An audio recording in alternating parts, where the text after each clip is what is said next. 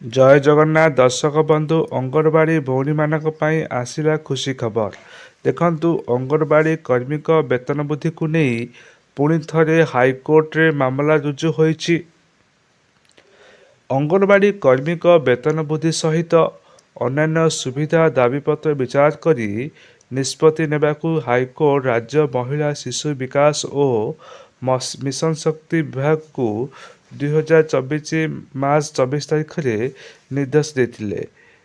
କିନ୍ତୁ ମହିଳା ଓ ଶିଶୁ ବିକାଶ ସଚିବ ବିଚାର କରି ଏହି ଦାବିପତ୍ରକୁ 2024 ଏପ୍ରିଲ 26 ତାରିଖରେ ଖାରଜ କରିଦେଇଥିଲେ, ଯାହାକୁ ଚ୍ୟାଲେଞ୍ଜ କରି ସବିତା ଦାସ ଓ ଅନ୍ୟ 3 ଜଣ ଅଙ୍ଗନବାଡ଼ି କର୍ମୀ ହାଇକୋର୍ଟରେ ପୁଣି ଥରେ ମାମଲା ରୁଜୁ କରିଛନ୍ତି।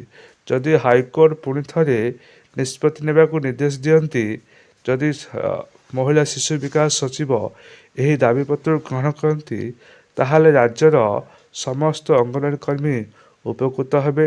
ଦରମା ସହିତ ଅନ୍ୟାନ୍ୟ ଭତ୍ତା ମଧ୍ୟ ବୃଦ୍ଧି ହେବ।